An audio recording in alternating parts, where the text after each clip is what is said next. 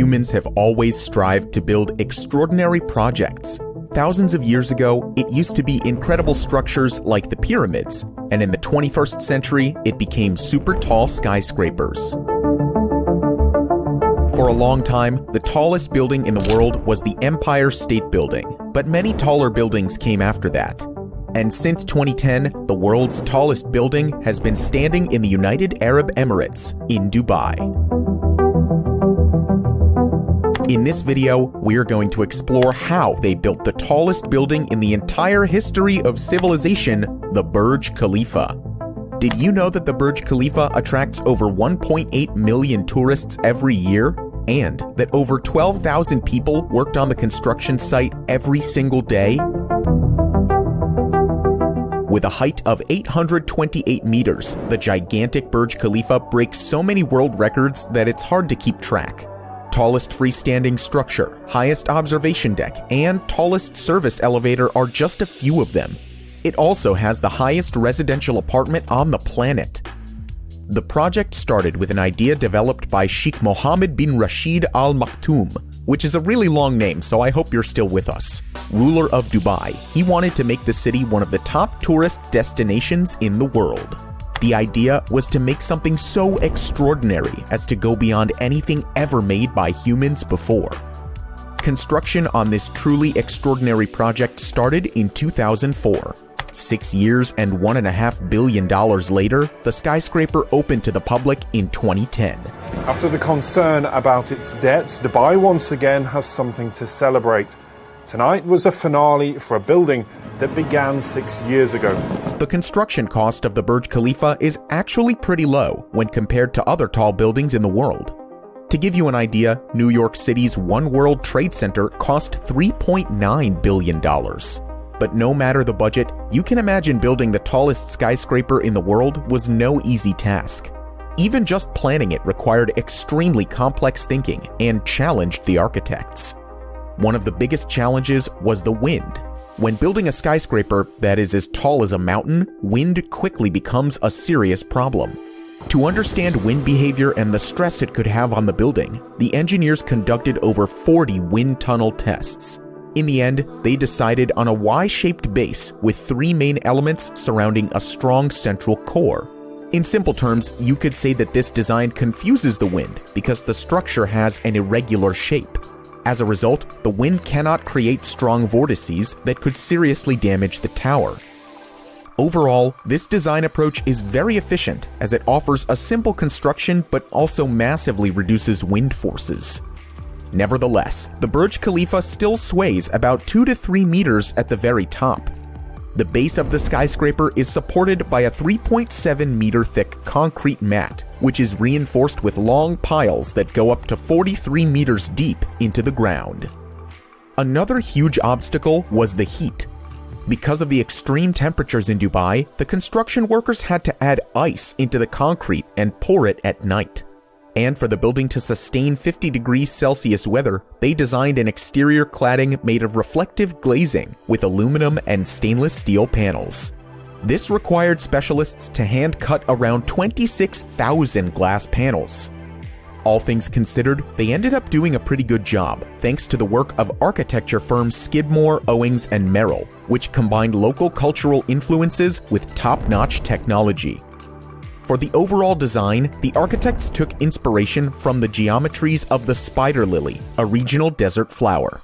At ground level, the tower is surrounded by 11 hectares of land, with green spaces and the largest choreographed fountain in the world. Construction on this gigantic fountain alone cost over $218 million. It is illuminated by over 6,600 lights and can shoot water up to 150 meters into the air. To give you some perspective, this is almost twice the height of the Statue of Liberty.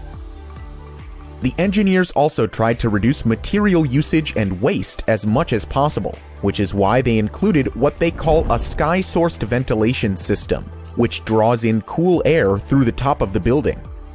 In addition to that, they have the largest condensate recovery systems in the world. The building collects and drains condensed water into a holding tank in its basement. This water is then pumped into the site irrigation system to be used on the Burj Khalifa Park. The Burj Khalifa is so tall that a significant number of its floors are purely used for the base structure of the spire. So in total, about 22% of the floors are not habitable, out of a total of technically 209 floors. The height of the building is 3 times that of the Eiffel Tower and almost twice the Empire State Building. It's so enormous that it can take up to 3 months for cleaning crews to clean every single window. And if you want more numbers, the weight of the concrete is the equivalent of 100,000 elephants. And that's just the concrete. The total weight of the aluminum is greater than the weight of 5 A380 aircrafts. The construction of the Burj Khalifa required so much work that at the peak of construction, there were over 12,000 workers and contractors on site every single day. This led to one of the most impressive structures ever built by mankind. There are 57 elevators total, and the main elevator goes as high as 504 meters. One of the records the Burj does not hold is for the world's fastest elevator, but it does hold the record for the world's 3rd fastest elevator, so it's just a small failure. The fastest one is in the Shanghai Tower, and the second one is in the CTF Finance Center in Guangzhou. Although the building's spire is one of its most defining features, it's actually somewhat controversial. Spires such as this one have been called vanity spires because they're not inhabited and they're simply used to make a building as tall as possible. But it does have a practical use, as it houses the building's communication equipment. Now you might be wondering what the Burj Khalifa is for, other than showing off. Well, the main purpose of the tower was to make it a major tourist attraction. This was definitely a huge success, as it attracts over 1.8 million tourists every year. But the gigantic tower has many uses. It's full of retail space, offices, a Giorgio Armani hotel, and of course, a ton of residential units.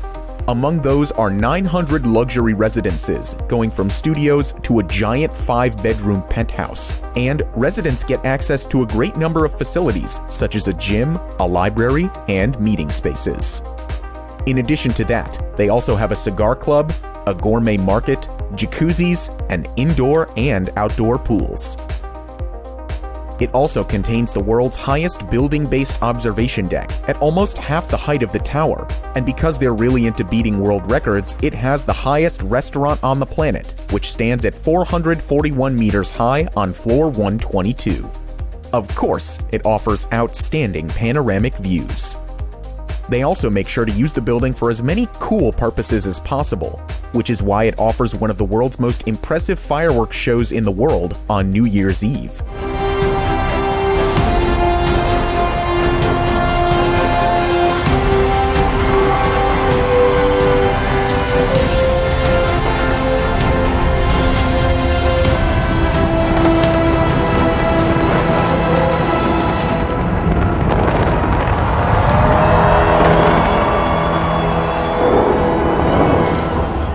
Despite its luxury, living in the Burj Khalifa is not as out of reach as you may think, with studio apartments starting at a little under $2,000 a month. When it comes to buying, a 1-bedroom apartment will cost you a bit over $1 million. After the completion of the Burj Khalifa, many people believed that it won't take much time until there will be an even taller skyscraper. Many countries like Saudi Arabia have attempted to build a higher skyscraper, like the Jeddah Tower. So far, however, the future of these projects is uncertain. The Burj Khalifa could go down in history as the world's tallest skyscraper humanity has ever built. What's your opinion of the Burj Khalifa, the world's tallest skyscraper? Is it worth all the tourist attention, or are you better flying off to Paris to see the Louvre? Let us know what you think in the comments below.